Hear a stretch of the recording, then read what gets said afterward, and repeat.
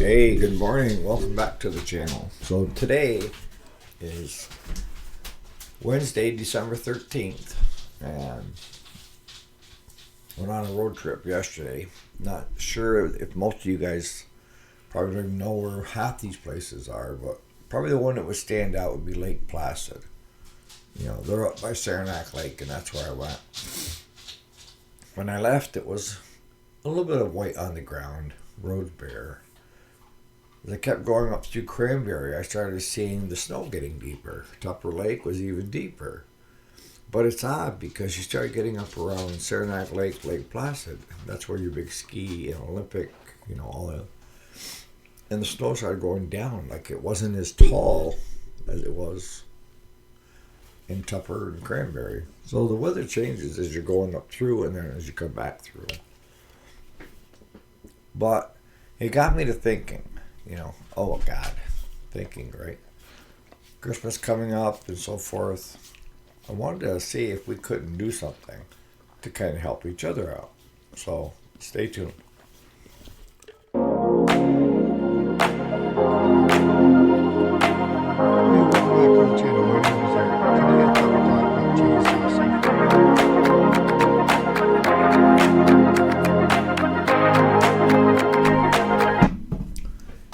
So what am I talking about? I'm talking about, I know that a lot of shops and, maybe a lot of you guys that are watching the channel or, first time here, and you feel like you're struggling, like you didn't do as good a year as you did last year. What I can tell you is you're not alone, and if you haven't been at it for a while, you don't know that you just kind of have to persevere through it, and you have to think outside the box, and you have to come up with new ideas. But let me tell you this much right now, is I would not make a decision between now and the first of the year. If you haven't made that decision, don't, because a lot of things I think can change for you. And it could be just simply by doing something different. We've talked about that in previous videos that I have, of doing the same thing expecting different results, right? And the stuff that used to work no longer works. What used to work in the retail setting was you made money on your parts. Not so much now because everybody buys them online from China, right? And you didn't have to be a small engine repair shop or a parts place. You could be a local business that is seeing most of their traffic go to Amazon, eBay, for the holidays and not to you guys. And you're left there scratching your heads. So what I thought we would try to do as a group is come up with ways that have helped us. And instead of just one person thinking outside the box of ways to accomplish things, to get more income coming in, more work, et cetera, et cetera. That's all with a repair shop, that's what we live on, is our next job, right? Shape. So, you count on a steady flow of machines, or you at least hope a steady flow of machines. I think in normal times, most people would just drop it off, you deal with it, let me know what it costs, thank you. But with money being tight, especially around the holidays, people are not, they will put off, if they can put it off, to a later date. Because right now they're trying to get gifts and arrange for the family to come in for the holidays, for meals and so forth. But I thought as a group, if we could come up with anyone that had a thought outside the box that may work. Bring it to the attention to the group. As minuscule as you think it is, if it's shown that it works in your area, it might work for some of us in other areas, right? And when I say thinking outside the box, it dawned on me the other day because I had a guy get a hold of me. And he wanted to know if I could move his tractor from his home place to a place that's about 20 some miles away so that he could do some plowing and getting the ground ready for his food plots for next year. And we don't normally do that, mainly because we don't normally have the time, right? But this was on a weekend. It's on my time, so I said, sure. We can do it in the morning, Saturday morning, get it loaded up. So we don't agree on a price or anything. I don't even ask him about a price. And we get the ramps down, get his tractor loaded onto my trailer with my dually, my fifth wheel trailer. Get it out to where he wants it. We get it unloaded. And he said, what's a fair price? And I said, well, whatever you think, because all I got is just a little bit of my time and a little bit of my diesel. It's not like, it's not going to take much to cover my overhead, per se, all right? So the guy he said, it's $200 fair. And I said, it's more than fair. I think you're about twice as much as what it should be. He said, no, don't undersell yourself. Everybody else is charging a lot more than that, but if you're happy with $200, he said, I'm tickled right to death, and I'll give you a call when I'm ready to bring it from here back home for another $200. And it dawned on me. There's one thing that I hadn't looked at was we've got trailers up the yin yang.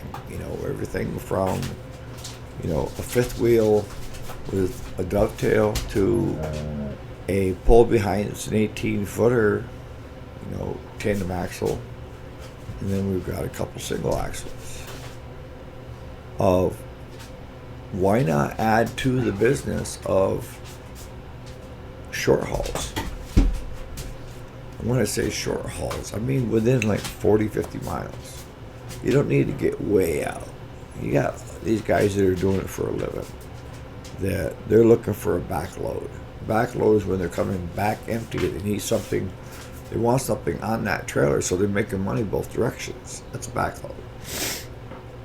So I'm not talking that. I'm talking just in the local area. And I've got a dump trailer too, and we were talking, a friend of mine and I, and he's like, you got a dump trailer, you should rent your dump trailer out. So I don't want somebody to smash it and dragging it here, dragging it there. And he said, no. He said, I work for a contractor. And we do everything from building a house from the ground up. And a lot of times he'll get somebody to just drop a dump trailer or a container out front for us to put crap in. And then he pays the dump fees plus the use of it as, rent so much a day or by the week, what have you. And then all you're responsible to do, Eric, is just back it in. He said, get one of them ball locks so nobody can hook onto it. Ball lock it. And wait for the contractor to give you a call and tell you it's full, or check on it every so often when it's dump day, And charge rent and the dump fees. And all you got to do is just one day a week, the dump fee, the dump day or whatever. And if the bulk of it is, old wood and, not roofing and all that, but it'll compost down, so I can put that on my own property, But if it starts getting into roofing and all that stuff, no, it's going hazardous waste. I'm not going to have it on my property. But there's a way that I just girls, both of you. But there's an idea if you guys have trailers, and that's going to help us out, on bringing in more revenue that I hadn't looked at because we hadn't had time. But there's a need out there, there's a want out there, and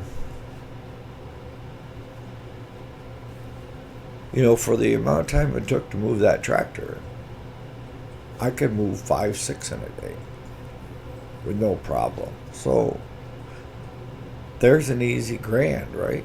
Grand, less fuel in your time.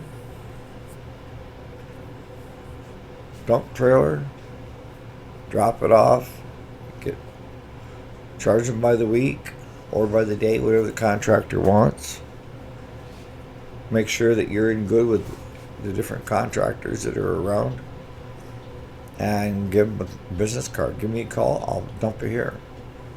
And you may even find that being a lucrative business, where you step out and you buy a couple more dump trailers to put on job sites to make more money.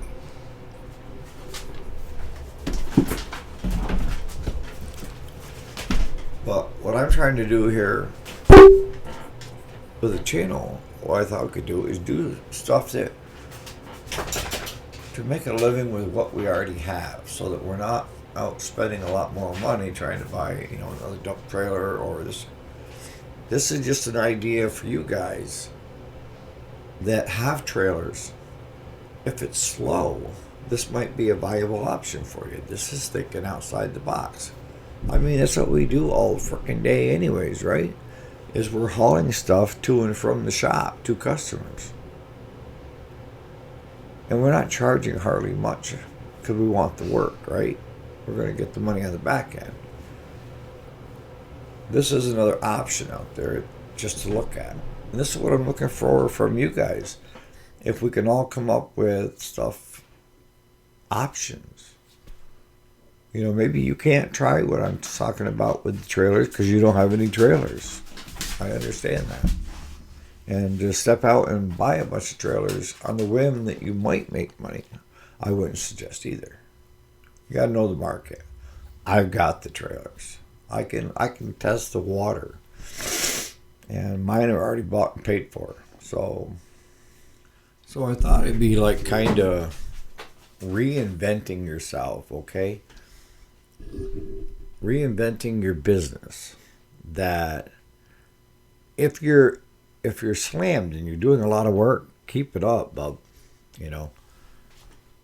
You're doing something right, that you've made the course corrections, or and I also say location, something that might work for me, may not work for you, and vice versa. I mean, one of the things that I had to get through my head when I started doing this channel, and I decided I started doing some repair jobs. I got to do more work on the camera angle, of course. But I had to think, up in our area, the bulk of the people have riding lawnmowers. And there's less push mowers to do trims and stuff like that. So what we normally see is we see the riders and the weed eaters. Those are the two things. But now, the closer you get to, towns, cities, where people's yards aren't that big, and it wouldn't justify buying a rider to do something that you could push mow in about 10 to 15 minutes, right? So I had to come to the reckoning of, okay, my audience isn't just people that are out in rural areas, right? They're in the cities, and they could care less about a rider because they never use one. But they are trying to fix their push mowers. And that's what I mean by just taking some time, and even if it means shutting your business down for the week and just go do something that you would find enjoyable. And just, you haven't got to force yourself to think about trying new things, but just let it come, you know. And hopefully with this channel, with everybody's input, that what I'm talking about with the trailers, maybe there'd be a couple of you guys that get that aha moment and say, you know, I haven't tried that angle. And that could add revenue. That could take one of my employees with my truck and trailer and move equipment. Because most of us that are doing it legitly, when I say legitly, is we already have DOT numbers on the sides of our trucks, right? So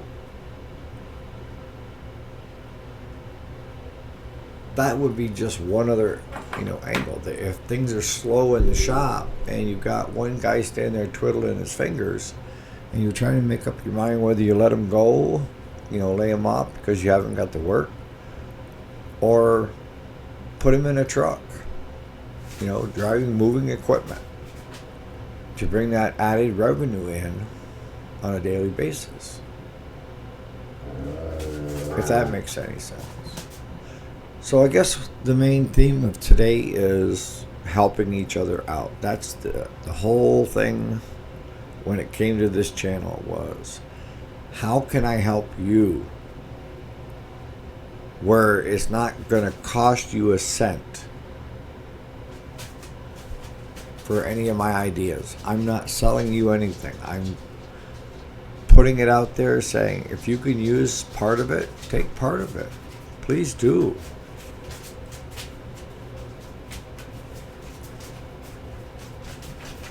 This channel is not a get-rich-quick scheme, which I despise with a passion, okay? You're going to have to put in your time. And most of us already know that that's a given. We've been doing it for years, right? And for you guys starting out, I like to give you guys honest, feedback on.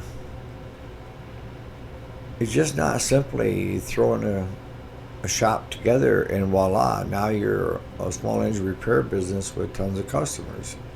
There's steps. The biggest thing is your customer. If you don't have any customers, I don't care how nice your business looks, people aren't going to come. And the other key takeaway that I've been trying to stress through this channel is taking competitors and making them partners, work together with them. Taking customers and having them become friends of where you are interested in their wives, kids, etc., etc.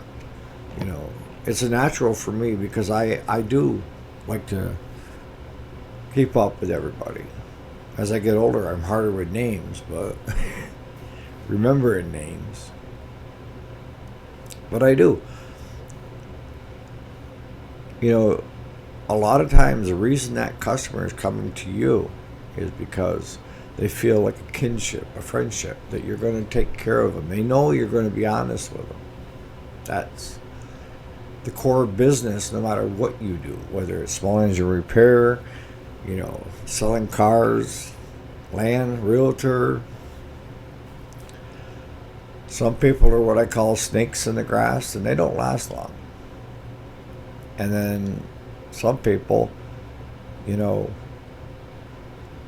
it for 40, 50 years and retire. Those guys that did it that long knew what they were doing, and they kept customers, the regular customers, coming back. And depending upon your business, like Amos, you could get away with 1 or 2 customers a year if they're buying a lot of volume of what you're producing. But in our case, with running a repair shop, we have to have a volume of people, right, and their equipment to keep us going throughout the year.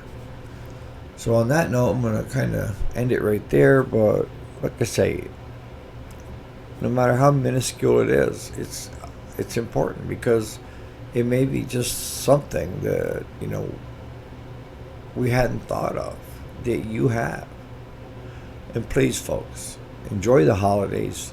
Enjoy, time with family and friends. And, stop worrying about how much presents you can afford. It's not how much presents you can afford. It's the presence with family, spending time with them. And if you're in that situation where, the family's kind of scattered out and you can't get together, it's not feasible this year. Maybe you don't have the money to travel. I don't know. But this day and age, what do we have? Well, we have Skype, we have Zoom, we have Snapchat. You can do FaceTime. There's no reason why you can't partake with the rest of the family, if you know what I'm getting at. If you got the core, like your kids are a couple states away, you could just simply set up a Snapchat session with them and feel like you're part of what's going on with them. And they can see you and you can see them, and that's just one way of doing it. If you're not that IT savvy, good old telephone works too. All right. So we'll see you tomorrow. Thanks so much for watching.